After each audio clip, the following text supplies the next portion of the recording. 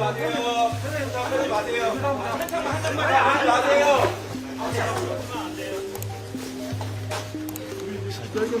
주장 있어요?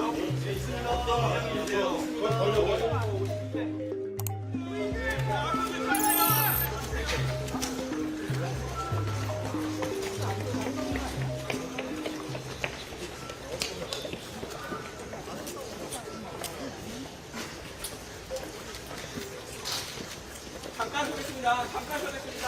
잠깐 보겠습니다.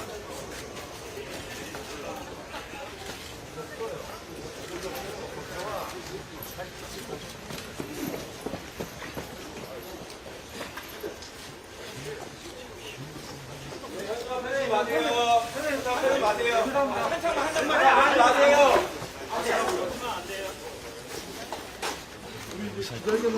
주장 있어요?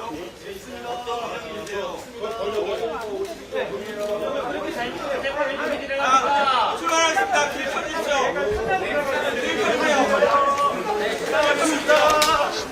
지나갈게요. 알겠습니다. 진행하도록 하겠습니다.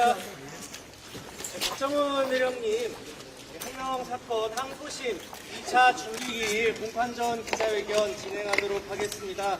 오늘도 박정훈 대령님과 연대하는 많은 시민들께서 함께 해주고 계시고 언제나 곁을 지켜주시는 든든한 해병대 예비역 분들도 함께 하고 계십니다. 그리고 특별히 오늘은 특전사에서도 예비역 분들께서 많이 함께 해주고 계십니다. 차례로 말씀 여쭤보도록 하겠습니다. 먼저 김태성 참군인 박정훈 후원회장님 말씀 먼저 들어보겠습니다. 필승!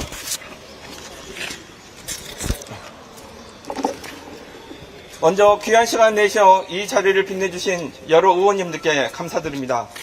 또한 지난 2년간 한결같은 마음으로 지지의 마음으로 마음을 보내주신 우리 해병 전우님들과 시민 여러분들께 허리 숙여 감사드립니다. 오늘은 조금 더 특별한 손님들을 모셔왔습니다.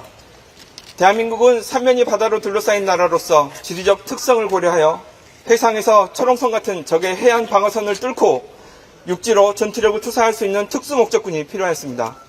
이를 위해 1949년 4월 15일 조국의 부름에 응답하며 천하무적 대한민국 해병대가 창설되었습니다. 이후 해안선뿐만 아니라 더 깊은 적 후방에 침투하여 게릴라전, 심리전 등을 벌이며 적의 지휘 통제소 및 탄약고, 레이더 기지 등 주요 핵심 시설을 타격하는 임무를 수행할 또 다른 특수부대가 필요하게 되었습니다. 해병대 창설 9년 뒤인 1958년 4월 1일 대한민국 특수전 사령부가 창설된 것으로 알고 있습니다. 이렇듯 해병대와 특전사는 해군과 육군을 잇고 공군과 육군을 이어가며 3군의 부족한 전투력을 채우고 있는 가교 역할을 하였으나 정작 두 부대는 서로 최강군임을 주장하며 반목과 시기심에 사로잡혀 지난 60여 년간을 선의의 경쟁의 수준을 넘어선 앙숙의 관계로 여겨온 것이 사실인 것 같습니다. 그런 해병대와 특전사가 젊은 한 청년 병사의 억울한 죽음의 진실을 밝히고 그 과정에서 억울한 누명을 뒤집어 쓴 해병대 전 수사단장 박정훈 대령을 지지하기 위해 뜻을 모아 한자리에 모이게 되었습니다. 창군 이래 유사를 찾아보기 힘든 이 역사적 만남, 역사적 화합을 계기로 더 이상 불필요한 대립을 멈추고 국군의 안녕을 넘어 우리 모두를 위한 공존의 길로 함께 나아가길 바라봅니다.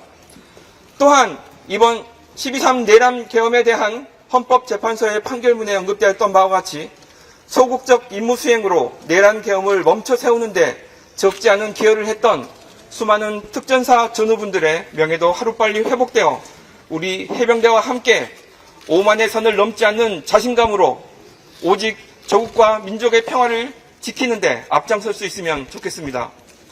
굳건한 믿음으로 지지의 마음을 보내고 연대하겠습니다. 아직 내란 계엄의 후폭풍이 다 가시지 않은 혼돈의 시기, 어렵게 마음을 바꿔 귀한 자리 함께해 주신 특전사 예비역 전우 여러분들께 진심으로 감사하다는 말씀을 드리며 이만 가름하겠습니다. 2025년 5월 16일 참군인 박정훈 후원회 회장 김태성.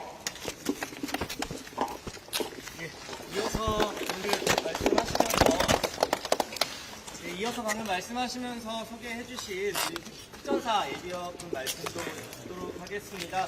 김성록 특전사 예비역 소령님 말씀 듣도록 하겠습니다.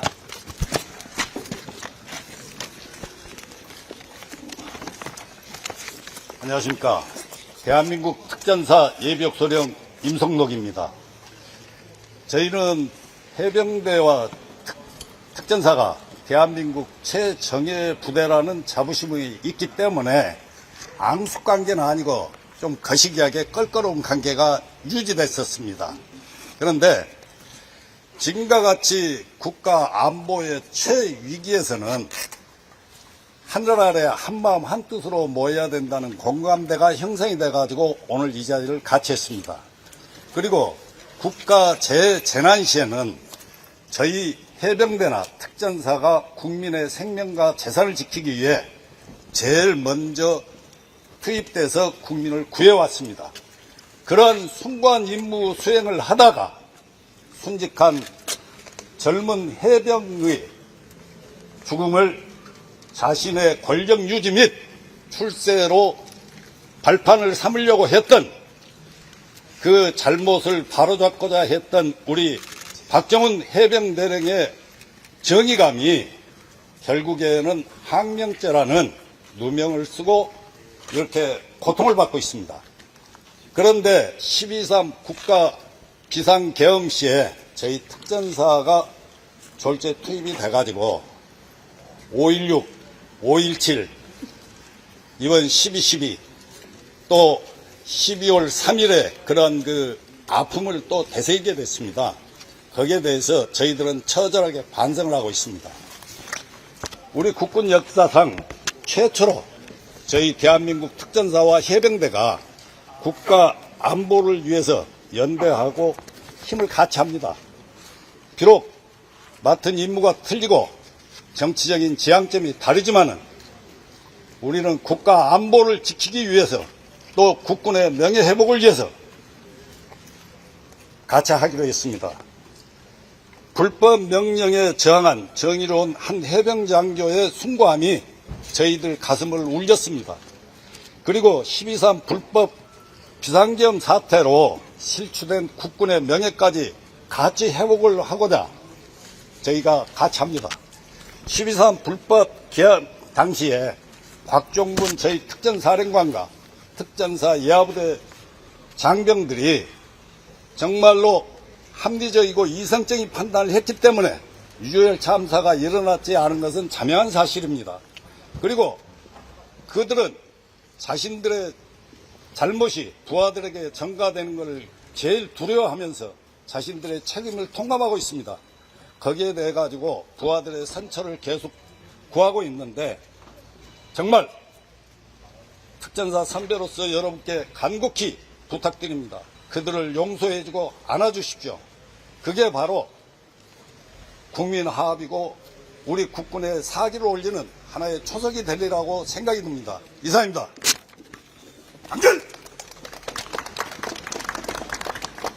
예, 이어서 지금 진행 중인 이 사건과 그리고 태상병 사망 사건과 관련하여서 또 말씀 여쭤보도록 하겠습니다.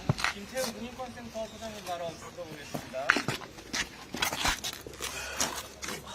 네, 긴 시간을 거쳐서 서울 고등법원까지 왔습니다.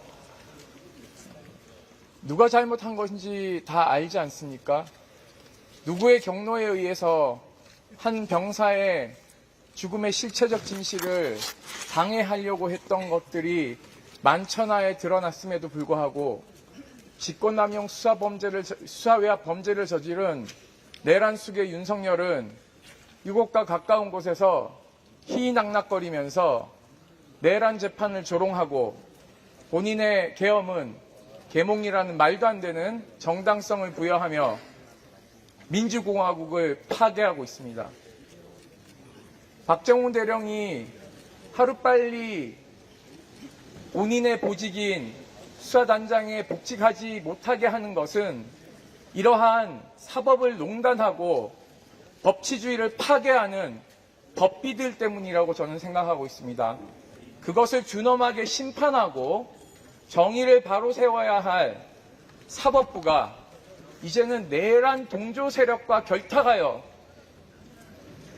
전대미문의 월권을 저지르는 파렴치한 행태를 보이고도 국회 청문회에 출석하지 않겠다는 뻔뻔함을 보이고 있습니다. 사법부 수장이 잘못하면 도대체 누가 단죄를 하는 것입니까? 선출된 권력이 아닌 자가 왜 이렇게 뻔뻔하고 후한무치한지 모르겠습니다. 여러분 들어오면서 보셨겠지만 법원 경위들의 저러한 고압적이고 몰상식하고 불친절한 것이 누구의 권력에서 나오겠습니까? 공세수도원에서 세상 물정 모르면서 인간의 죄를 신인 것처럼 단죄하는 대법원장과 대법관, 여기 청사를 관리하는 서울고등법원장, 서울중앙지법원장, 이런 사람들의 잘못된 인식 때문입니다. 왜 피고인인 전직 대통령은 황제 특혜를 주면서 출석을 시키고 왜 다른 피의자들은 수갑에 묶이거나 일반 통로로 사람들이 다 보는 데서 포토라인을 세우는 것입니까? 명백한 차별이자 법치주의를 파괴하는 것입니다. 고등법원은 하루빨리 우리 박정훈 대령에 대해서 무죄 판결을 해주십시오. 이 재판 질질 끌 이유가 없습니다. 곧 최상병의 2주기가 다가오고 있습니다. 최상병 2주기가 다가오기 전에 특검법 통과시키고 윤석열을 직권남용 범죄 혐의로 즉각 구속시켜야 된다고 생각합니다. 감사합니다. 화이팅! 이어서 박정훈 대령 변호인단에서 송구승 변호사님께 말씀 들어보도록 하겠습니다.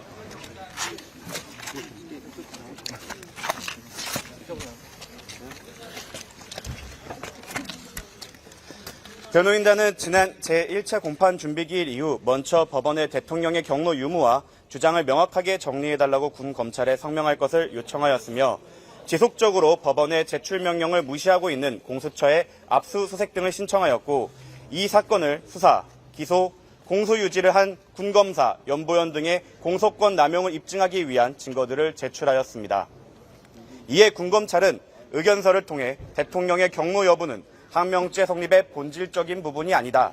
공수처에서 수사 중이니 압수수색 신청을 기각해달라는 황당한 답변을 하였으며 해병대 사령관의 명령은 정당한 명령이라고 답하였습니다. 그러나 군검찰의 주장은 의견서 내에서 모두 반박이 됩니다.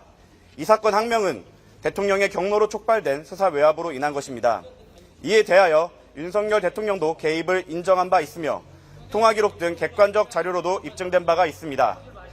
해병대 사령관의 명령은 정당한 명령이라고 하면서 그 명령을 하게 된 원인인 대통령의 경로는 이 사건과 관련이 없다는 군검찰의 주장은 여전히 어이가 없고 그 뻔뻔함에 화를 참을 수 없습니다. 그러면서도 자신들의 수사, 구속영장 청구, 공소제기, 공소유지가 다수의 증거를 바탕으로 이루어진 것을 적법하고 구속영장은 피고인 측의 반복된 조사 불응으로 인한 것이라며 박정훈 대령의 탓으로 돌렸습니다. 그렇다면 군검사 최자윤, 군검사 김건희에게 요청합니다. 군검사 김민정은 왜 1심 재판부가 구속영장 청구서를 확인하겠다고 하자 증거가 아니어서 재판부가 봐서는 안 된다는 해괴한 논리까지 동원해서 재판부의 확인을 막았습니까? 그렇게 정당한 구속영장이었다면 두 분 역시 해당 구속영장에 대해 함께 책임지실 의향이 있으십니까?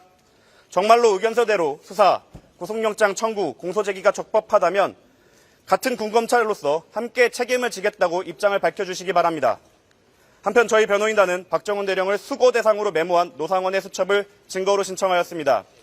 이는 윤석열 대통령이 당시 경로하였을 뿐만 아니라 12.3 내란 당시까지도 박정훈 대령에 대한 원한을 가지고 있었다는 점을 입증할 자료입니다. 군검찰은 해당 수첩만으로는 이 재판에 현출되는 것을 막고 싶었는지 대통령의 경로는 이 사건 항명죄의 성립의 본질적인 부분이 아니라는 기존 입장을 반복하면서도 설사 대통령의 경로가 주요 쟁점이더라도 노상원의 수첩은 경로와 직접 관련이 없다는 기이한 주장을 하면서 증거 기각을 요청하였습니다. 다시 한번 군검사 최자윤, 김건희에게 묻겠습니다. 진심이십니까? 변호인단은 밝힙니다. 지금이라도 군검찰은 자신들의 과오를 인정하고 항소를 취하하십시오. 그리고 진실을 밝히며 국민과 박정훈 대령에게 사과하십시오. 진실은 언젠가 밝혀질 것이고 그 날은 멀지 않았습니다. 군검찰은 역사에 자신의 이름이 어떻게 남겨질 것인지 진지하게 고민해 보시기 바랍니다. 재판부에게 요청드립니다. 이 모든 사건은 한 사람의 경로로 시작된 것입니다. 부디 모든 사건의 시작인 윤석열에 대한 증인 신청을 인용하여 주시기 바랍니다. 공수처에 대한 신청 역시 받아주시기 바랍니다. 모두의 앞에 권력의 장막으로 감춰져 있던 추악한 진실을 세상으로 꺼내주시기 바랍니다. 감사합니다. 오늘 한 말씀씩 다 엿듣지는 못하겠지만 이준석 개혁신당 대통령 선거 후보님께서 함께하고 계시고 박주민 의원님, 김병주 의원님, 전현희 의원님, 김승찬 의원님께서도 기자회견에 함께하고 계십니다. 네, 오늘 기일에서 윤석열을 증인으로 채택할 것인지 결정하게 될 것입니다. 군검찰에서 반대하는 의견서를 냈다고 하는데요. 반대하는 만큼 윤석열이 이 재판에 반드시 나와야 할 이유도 더욱 분명해졌다고 생각합니다. 네, 오늘 재판부에서 현명한 판단으로 외압의 수괴인 윤석열을 반드시 증인대에 세울 수 있는